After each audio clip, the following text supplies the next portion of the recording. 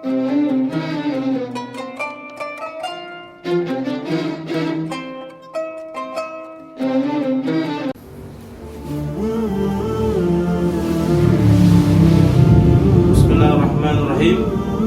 Assalamualaikum warahmatullahi wabarakatuh. Alhamdulillahilladzi hadana bi'abdihil muhtari man da'ana ilaihi biladini wa qadna dana labbaika ya man dalana wa hadana.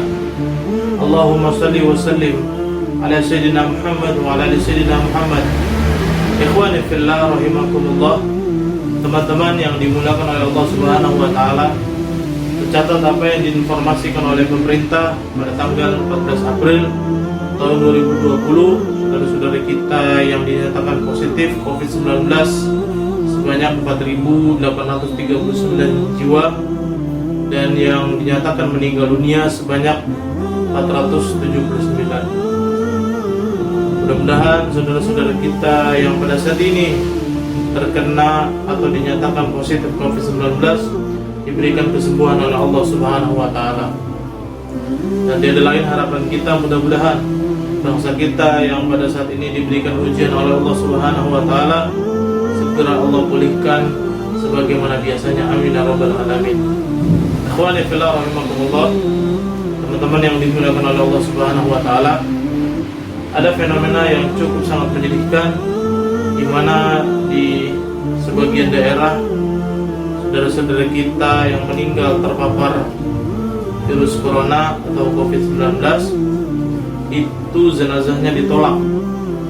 Bahkan ada satu berita yang cukup viral di mana ada jenazah perawat itu ditolak jenazahnya untuk dilaksanakan penguburan oleh oknum warga. Bahkan yang lebih mirisnya, yang melakukan penggalian kubur itu suaminya sendiri.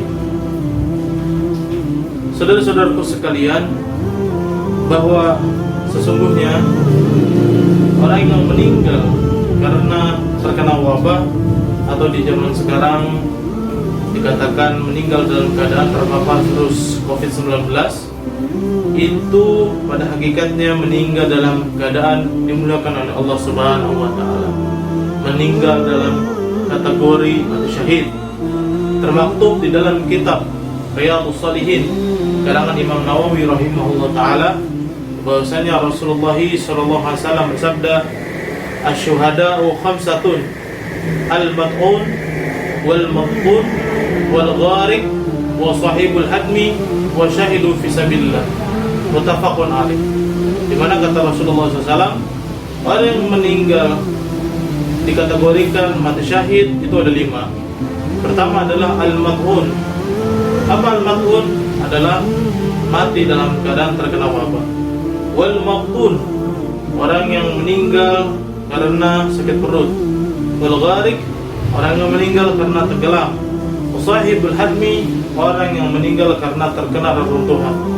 Wasyahidu fi sabilillah, orang yang meninggal syahid di jalan Allah Subhanahu wa taala.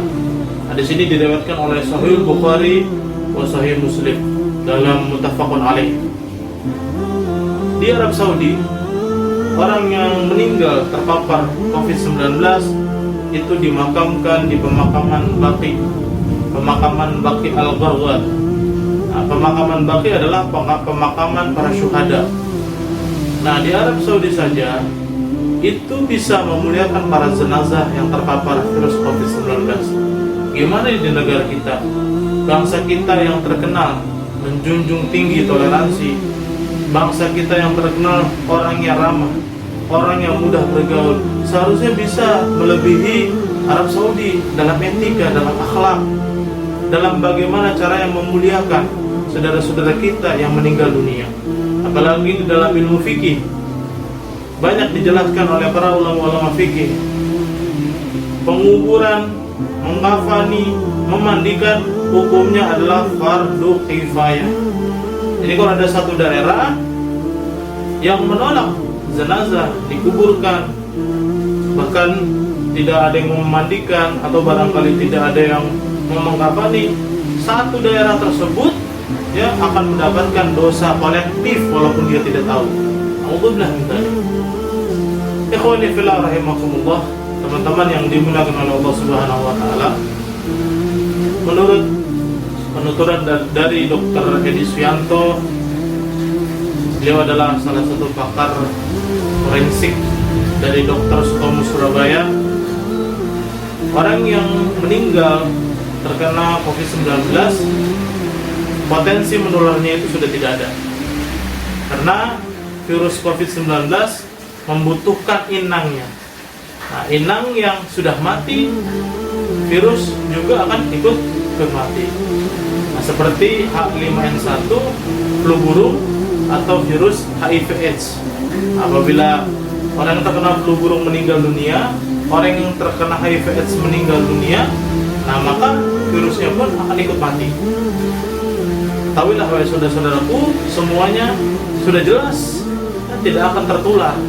Jadi jangan sekali-kali kita menolak saudara-saudara kita yang meninggal dunia, jenazahnya dikuburkan di daerah kita.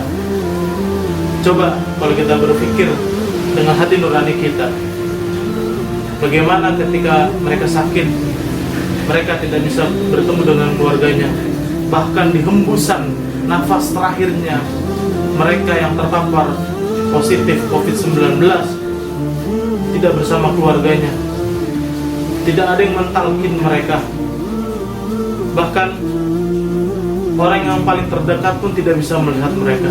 Sungguh sangat menyedihkan.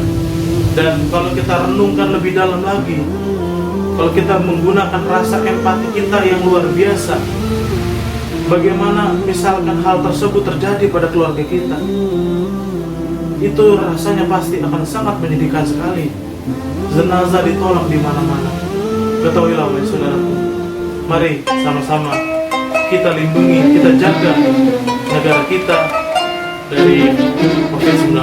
Terima kasih. Ini saja dari saya. Mudah-mudahan bermanfaat. Assalamualaikum warahmatullahi wabarakatuh.